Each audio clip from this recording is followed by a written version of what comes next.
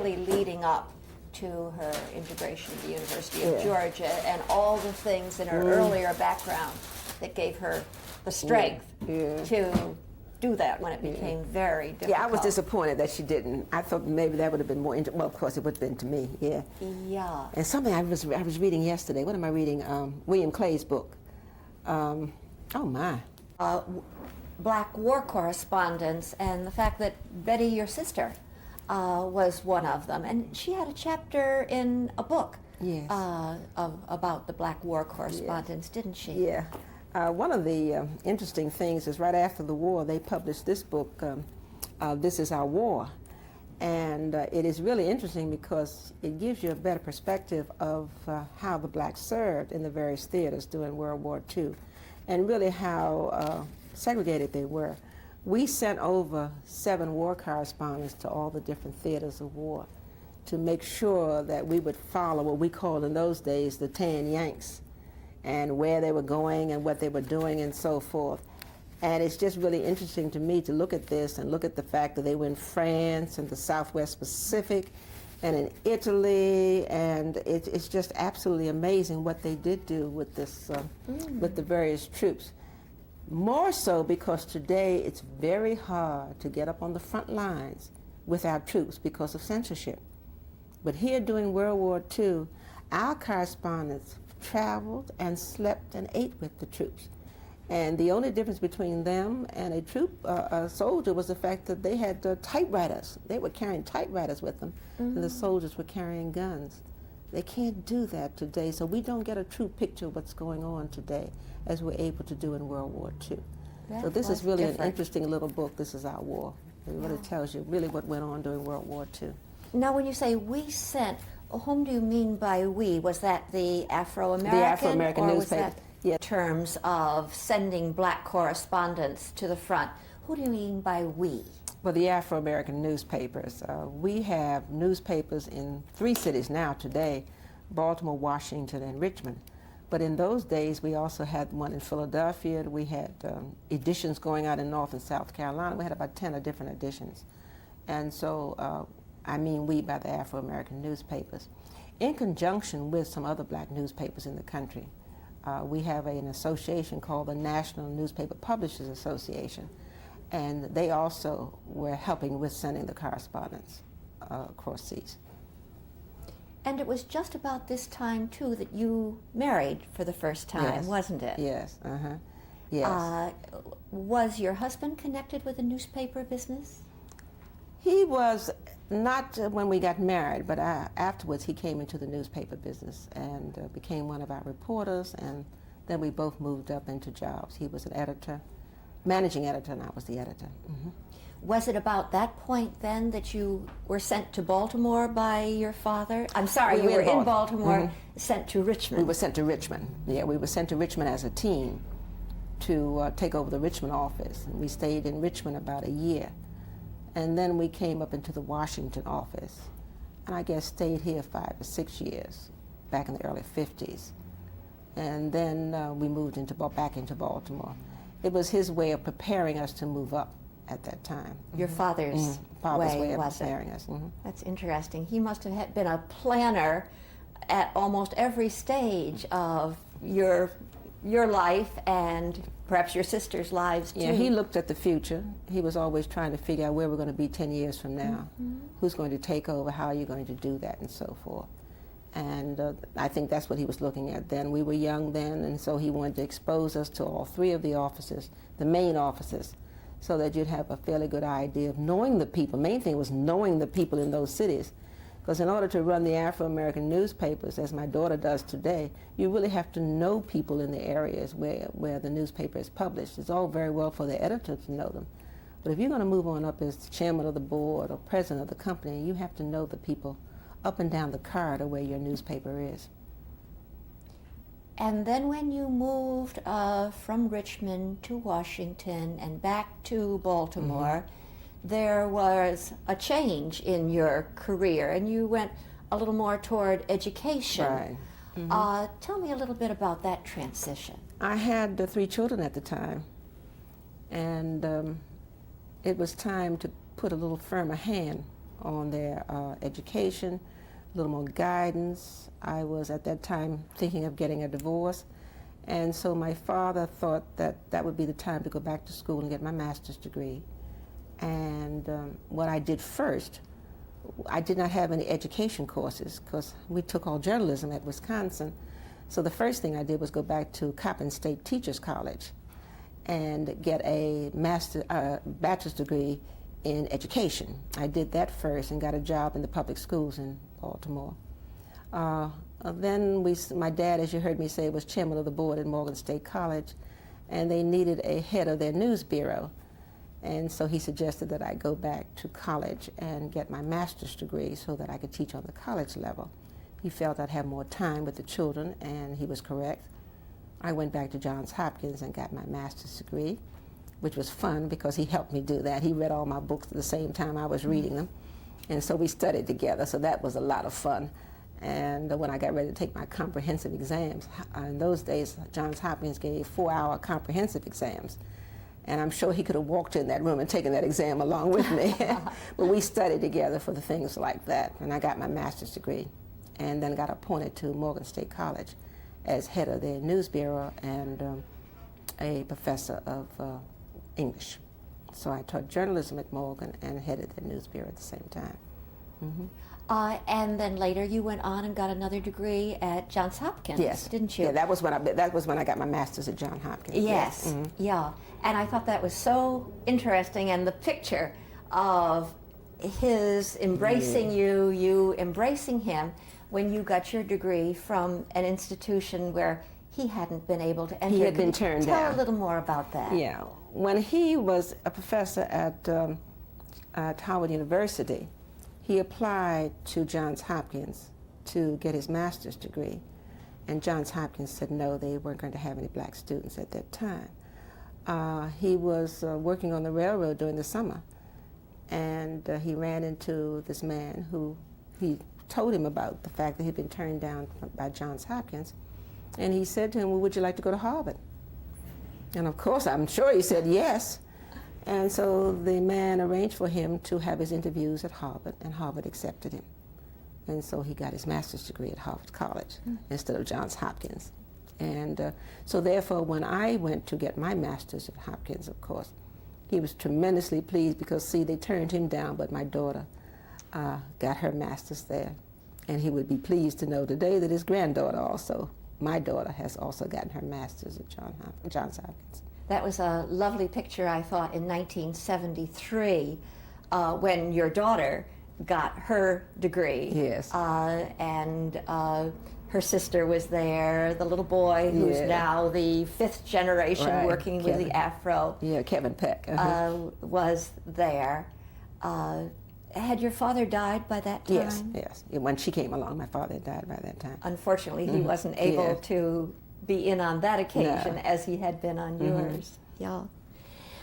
Then, intermittently, it seems, you taught at various colleges and universities and sometimes worked at the Afro at the same time. Can you outline that a little bit? Well, you heard me say I taught Fern at Morgan State College, now University, Morgan State University. I also, while I was at the Afro, I left Morgan and went to back to the Afro as chairman of the board then, as chief executive officer. And while I was chief executive officer back in the 70s, I also taught at the University of Maryland at Baltimore County. After my tenure there as chairman of the board, I left Baltimore and got married again and moved to Buffalo, New York, and became a tenured professor at the State University College at Buffalo while I was up there. Then I got this nice little idea to come back home and take a sabbatical, so after 7 years up there, I took a sabbatical and came back and was able to get on the faculty at Howard University, where I became an associate professor of journalism there. What do you feel were some of the most important things that you taught your students through those years? You know, as I look back over some of the student evaluations, and so forth. I think maybe the thing that they think that I taught them was the fact that this is hard work out here and nothing's easy. And I had a student come in the other day who said to me, you know, I thought you were so tough on me, but now that I've been out here for a couple of years, what you really did teach me is that this is what I was supposed to expect. There is nothing easy. If you really want it, you have to work hard for it. I would not allow a student to come in my classroom late. I never accepted a late paper. In fact, if you handed me one, I may be inclined to tear it up, give it back to you, because I told them at the beginning of the semester what was expected, and that's what I expected of them. I locked my door. I always loved to have 8 o'clock classes because I locked my door at 8 o'clock. You either got there at 8 o'clock or you didn't come in. And I think through the years, what I really was trying to say to them, that if you're going to make it out here, you've got to be better than anybody else. And I think most of them learned that. And I'm not just talking about black students, because at State University College at Buffalo, most of my classes were nothing but white students. Most were first-generation students. This was the first generation in college. And they were having difficulty also accepting some of the things that they had to face later in life.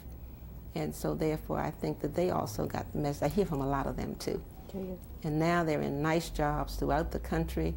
And I think they appreciate someone who sets the rules and says you're going to abide by the rules. And I think that's what I think that most of my students got that from my classes. And then you did a number of summer workshops for minority journalism students, didn't you? I would take high school students, minority high school students, into workshops during the summer for 1 week, 2 weeks. The one in Buffalo we did in conjunction with the Buffalo Daily News, where they would go into the Buffalo Daily News. We're talking about high school students now. Live on campus, go in with and work at the Buffalo Daily News and get a feel for a newsroom and put out their own newspaper. In Buffalo, they inserted the newspaper into the daily newspaper so that everybody could see what they had done for those 2 weeks. At Howard University, I did about the same thing. We worked with USA Today. And they, along with a lot of other newspapers, including the Afro, helped support this by money. But the actual paper was done at USA Today. And they were able to publish a newspaper here. Even now, do you sometimes have students coming into the Afro to see how a real newspaper works? Yes. We bring interns in. Do you? We have a lot of interns who are here. Right now, we have a lot of interns here from the various colleges. Mostly come from Howard, University of District of Columbia. Now and then we'll get an American U intern, but most of them come from Howard and UDC. We'll have some high school students who will come in every now and then just to be around us. There's a program put out by City Lights that will place students here, and they'll place 2 or 3 students. In fact, we're getting ready to have 2 or 3 right now who will come in and work in the various departments. They just come in and learn what it means to punch a clock at a certain time, to take your lunch hour, to learn how to talk on the telephone, to file, and just sit around to see what we do. Yeah. What an important series of things for people to learn early in life. We hope it is, Fern. Yeah. Now, let's go back just a little bit to the time when you were publisher and chief executive officer of the Afro-American. In the 70s. How did you get that position? That's always a good question, Fern, because you don't know how families work. Obviously, the family had gotten together. You heard me say I was working at Morgan State College. My dad had died. My cousin John Murphy was head of the company at that time. They weren't pleased with what was going on. They asked me if I would be interested in leaving Morgan State College and come take over the newspaper. I told them I would for a couple of years if I could turn it around. If I wouldn't, then I would go back to doing what I was doing. I gave it, I think, 3-4 years. When you're dealing with a big family newspaper where there are 400 shares of stock outstanding, you really have to be masterful to pull that many divergent groups together to get what you want done. I was not able to do that, and I had sense enough at that point to face it and tell them, well, let someone else come along and do it.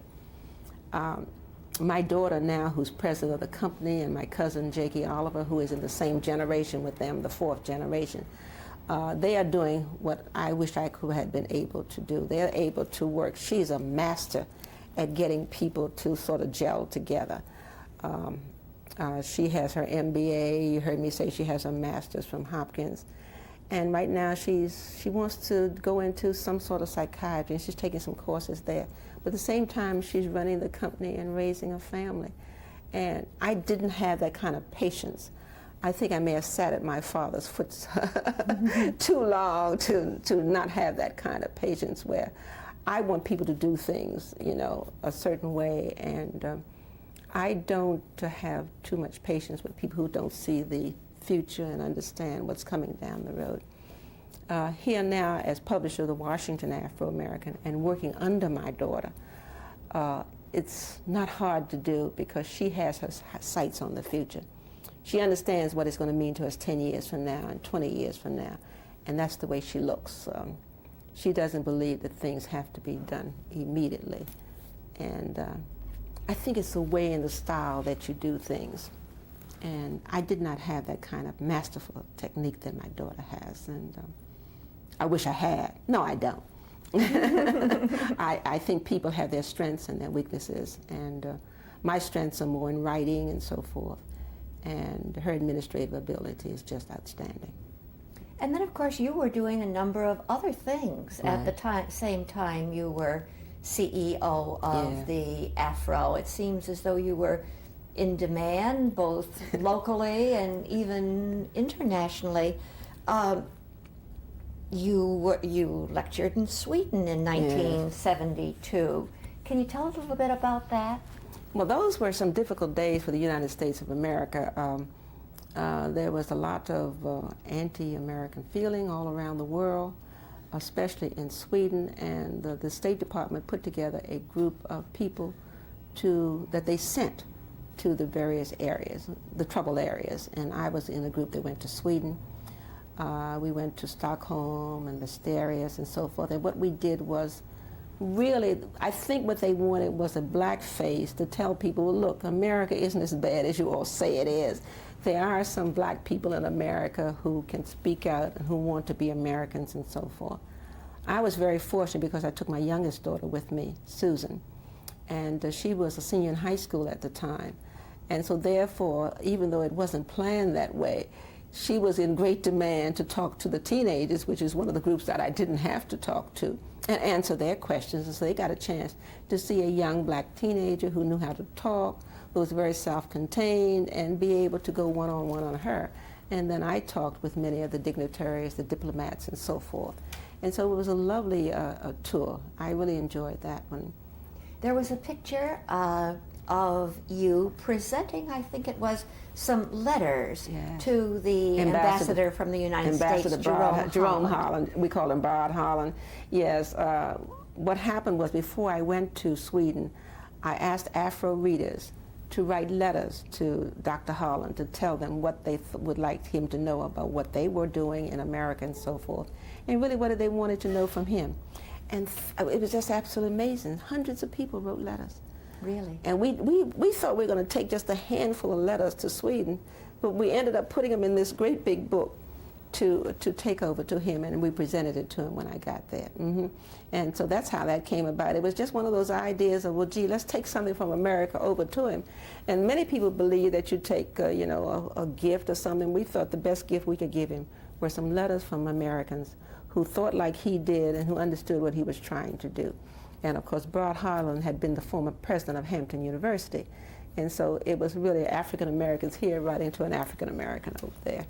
And so he really appreciated that. He read a lot of the letters aloud and so forth at press conferences all over Sweden. I bet he agreed that that was the best gift you could possibly have taken. He said, I can't imagine what else I could have had, because he was able to say, well, look, here's a youngster writing to me, or here's a housewife writing to me, or here's a doctor writing to me, and so forth, from America. And they really were writing the letters to the Swedish people. And then I understand that you were appointed a member of the Maryland Bicentennial Commission, and in one of the letters I looked at in your collection, someone said that you were the balance wheel on this commission. What did that mean? Rosenberg. That was the Rosenberg no, this was the bicentennial one that you're asking me about. But I think that letter was written by Rosenberg at the Rosenberg Commission on Education. And what we were trying to do was to restructure the education system in the state of Maryland. And it's interesting that even though that commission was way back there in the 70s, some of the things that we suggested way back in those days are just beginning to come to fore now. We wanted a system that would work within the University of Maryland, but we wanted Morgan State University to remain an independent university for African Americans or anybody who wanted to come. We didn't want that under the University of Maryland. I was head of that committee that wrote that part. And this was the Rosenberg Commission on Education, and I wrote that part. I had been on the Board of Trustees at the state colleges at the time, and so therefore I was appointed by the governor to the Rosenberg Commission.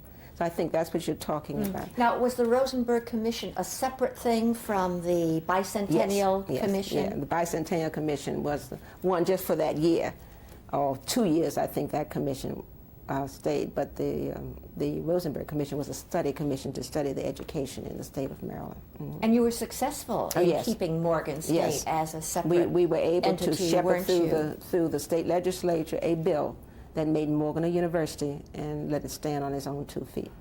We were not able to keep out the Eastern Shore, but we were able to keep out Morgan and Coppin State College. Mm-hmm. Then you held various offices in the NAACP, which culminated later in you being a member of the Board of Directors mm-hmm. in 1983 to 1985. Of course, that was after the period when you were Chief Executive Officer. There was something that came up at that period where Margaret Bush Wilson was involved. Can you tell a little bit about that? Mm-hmm. Many people may remember Margaret Bush Wilson, who was one of the witnesses at the Clarence Thomas hearing. But at the time, she was chairman of the board of the NAACP.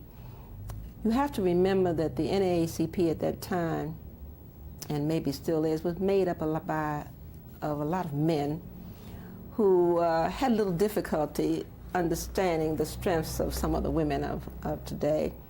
And so therefore, when Margaret had decided that, wait a minute, we need to take a look at Ben Hooks' salary, Dr. Hooks' salary, that we had some difficulty with the amount of money he was being paid as the head of the organization, that we felt that board members should not have lifetime appointments to the board, that there should be a term limits and so forth. These were some of the things that Mrs. Wilson was pushing as a board member. There are 65 members on this board. Here again, a huge board, which she had some difficulty. Of course, Dr. Hooks was able to split the board in his favor, and so Margaret was ousted. I was one of the few women who stood with her. So therefore, I had some difficulty remaining on the board after that. But my feeling was that she was just a little bit ahead of her time, but she laid the groundwork for what came later. Because I think there isn't an organization in this country now that doesn't understand that women are going to have their voices on these boards, and that therefore the men are going to have to share some of this power with us.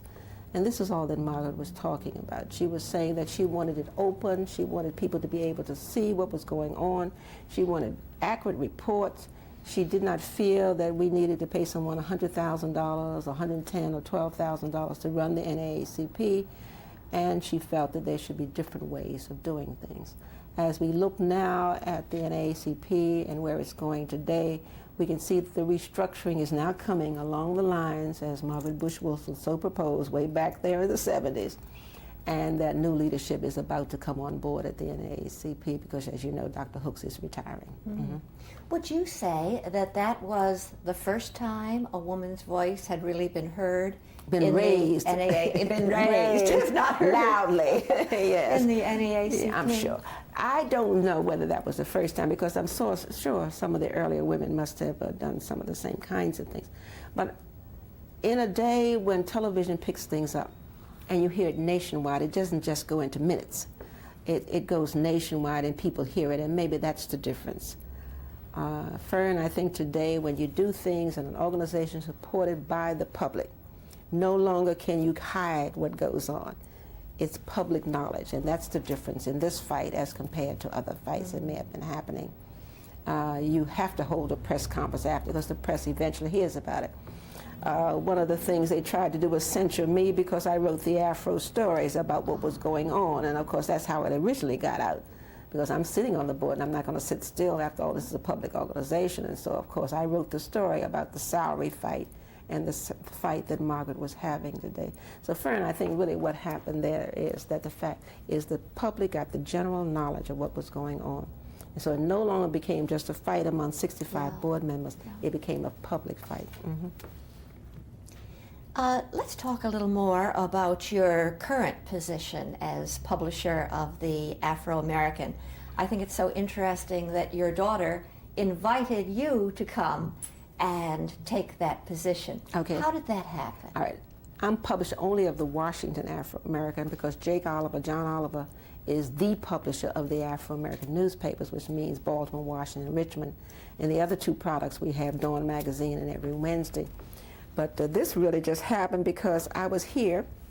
I had come back from Buffalo, and I was doing research at Howard on my father's papers. And she had a vacancy here because Art Carter was ill and was retiring. And so we talked about it, and I said, well, since you all are going to take over the company, it had been quite a fight. We had formed a new trust. In my family, the Carl Murphy family, had a large block of stock. We joined in with John Oliver and the George B. Murphy family to form a new trust to oust the people who were in control of the paper at the time. This is all a nice, another little family fight. And so therefore, that is when we got, again, control of the paper in 1986. And then my daughter became president of the company, and young Jake Oliver became chairman of the board. At that time, then, she was looking for someone to take over the Washington office, and she suggested I come in part-time as publisher of the Washington Afro and try to pull the Washington Afro back together again. That's what I've been able to do, and I'm quite proud of that. And then eventually I retired from Howard and devoted full-time to this. Let's talk a little bit about your responsibilities here in the context of the black press generally. I think you told me once that you felt that one of the goals of the black press and of the Afro-American was to set the record straight. Do you think that this is something that comes from your father's thinking too? You know, it's interesting you said that because today's Afro that comes out today on dated December the 5th has an exclusive interview with the husband of Mayor Kelly. And it was interesting that he said that he wanted to give that interview to the Afro-American newspapers because he was so sick and tired of people saying what wasn't so. And he wanted a newspaper to tell exactly what his job was and how he came about it, how long he and Mayor Kelly had been friends, how that the romance had started only because their children knew each other. And so it was real interesting that he felt that the only way to get that out was to give the story to us. He said, you are going to print it exactly as I tell you, so I know it can be right. So this has really been our job all through the years. People will call us and say, will you all please print the story because everybody else got it wrong. And we find that many of the newspapers will look for the negatives and not the positives. And you and I both know, in your family, you're looking for something to hold people up. Certainly you're going to discipline. Certainly you're going to say what's wrong. But what you're looking for is something I can say good about them, and that's what the Afro does. Certainly we're going to fuss about things that we feel are wrong in the community, but at the same time, there's a lot of good things coming along in this community. We feel, for instance, that our job is to talk about what the kids are doing right in schools. You hear so many negative things of what they're doing wrong. So I think that's the main job of the Afro, is to make sure that the story gets out and gets on record and becomes a historical record of the good things going on in the African American community. Now I noticed, okay.